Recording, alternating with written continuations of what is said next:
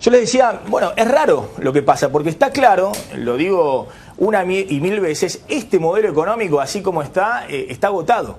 Ahora lo vamos a discutir con Guillermo Oliveto, con Dante Sica, pero las tres etapas del modelo kirchnerista claramente marcan que esta última etapa, a diferencia de la primera, con altísimo crecimiento, las barras azules, baja inflación, la liñita amarilla y gran creación de empleo, esta etapa no ha dado nada en términos de crecimiento. Es decir, fíjate acá, abrime el plano porque se ve acá bien claro que hemos tenido años prácticamente donde está entre 0 y 1 el crecimiento económico. El año pasado fue -2, caída del PBI, este año a lo sumo se habla de 1% de crecimiento. Y fíjense esta línea, la inflación. La inflación llegó al 38% el año pasado, después de la devaluación abrupta del salto del dólar, y este año va a estar en 25, 26%, es decir, volvemos a las inflaciones previas a la devaluación del año pasado, promedio 25% de inflación, inflación altísima, con prácticamente estancamiento,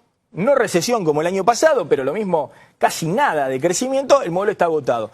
Ahora, lo que muchos se preguntan, ¿por qué en este contexto las encuestas muestran que para el oficialismo o para Scioli, para el candidato oficialista, el escenario es favorable? El escenario es favorable. Bueno, lo que hay, además de esto, de un modelo que no tiene crecimiento y tiene alta inflación, sí hay una sensación de estabilidad que te la genera el dólar fijo. El dólar en 9 pesos, que viene subiendo muy lentamente, muy por debajo de la inflación, y el dólar paralelo que todo el año ha estado planchado por debajo de los 13 pesos y ha sido clave la venta del llamado dólar ahorro. Fíjense, esta es la cantidad de dólar ahorro que vende el Banco Central autorizado por la AFIP todos los meses, arriba de los 450 millones de dólares promedio a partir de octubre del año pasado. Y la línea roja es la brecha entre el dólar oficial y el dólar paralelo.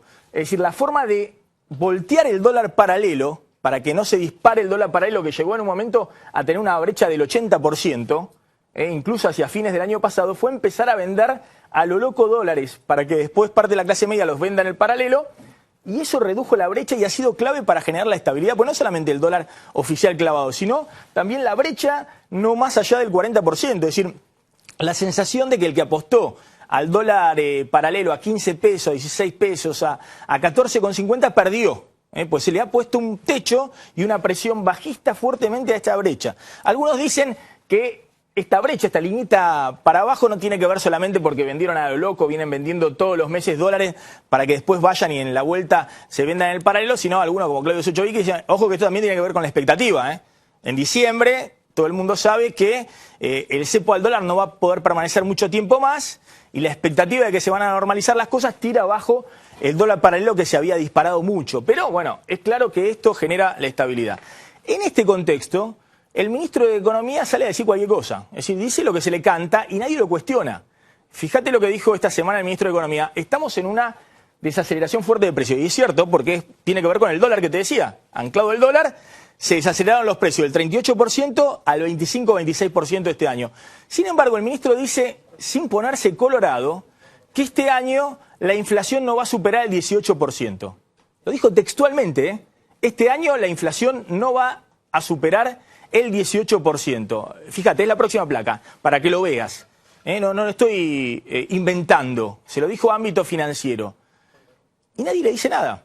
Es decir, el ministro dice que la inflación este año no supera el 18%, es decir, que el gremio aceitero consiguió duplicar con aumento de salario la inflación, duplicar la inflación. Que los bancarios que cerraron el viernes consiguieron casi duplicar la inflación, 33% de aumento. Uno se pregunta, ¿es así? Digamos, ¿ese es el escenario del cual estamos hablando?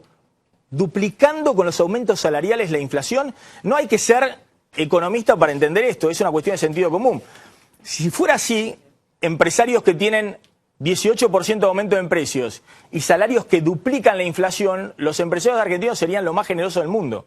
No serían empresarios, sino que serían filántropos. Es decir, se encargarían del bienestar de sus trabajadores y no de cerrar la ecuación económica en sus empresas, de ganar plata, de tener ganancias. Pero además, si la inflación fuera del 18% y los salarios se están aumentando alrededor del 30% más, es decir, duplicando la inflación, el consumo tendría que estar volando. Es decir, este tendría que ser un año de crecimiento como en los buenos años del kirchnerismo, 5, 6, 7% de crecimiento. El consumo tendría que estar volando. Y un ratito les va a contar Dante Sica y Guillermo Lipetto cómo está el consumo este año. Pero no solamente eso. Volví a la del 18%, porque me interesa ese tema. Si la inflación fuera del 18%, el gobierno no tendría ninguna necesidad de aplicar medidas de estímulo al consumo como está haciendo desesperadamente en estos meses. El ahora 12, los anuncios de créditos personales baratos y prendarios que se anuncian a partir de la semana próxima, y este es el otro anuncio de Kicillof, contradictorio con esto del 18%. ¿Para qué anuncia que van a seguir con los estímulos al consumo si los salarios se están duplicando en sus aumentos a la inflación? Pero bueno, estas son las cosas que permite la economía kirchnerista. Que un ministro de Economía diga cualquier cosa y que ya nadie cuestione si es creíble o no es creíble. Total, el INDEC está todo dibujado, el ministro puede decir que la inflación es 18% y ya pasa. No está dentro ni siquiera de la discusión política, nadie le prestó atención. ¿Por qué no hay un monumento de Rattasi o de el presidente general de esa, una de las principales aceiteras del país, en el medio de la Plaza de Mayo, por lo que dice el ministro de Economía? Si fuera así, efectivamente, que los empresarios son tan generosos en la Argentina, la confrontación no sería con el poder económico en la Argentina, sino que el poder económico sería más generoso que el poder político en la Argentina. Es un absurdo total, no hay que saber economía para entender esto. Pero bueno, el kirchnerismo transita de acá a la elección de agosto y después de octubre en una especie de escenario en el cual la economía le juega a favor, pese a lo que todos sabemos que está pasando en la economía. Terminan los votantes diciendo, pero bueno, después de todo, Kicillof tira cualquier verdura, pero nos mantiene el dólar tranquilo, nos permite comprar un poquito más en estos meses y sobre todas las cosas, no volver al 2001-2002. Mirá el informe.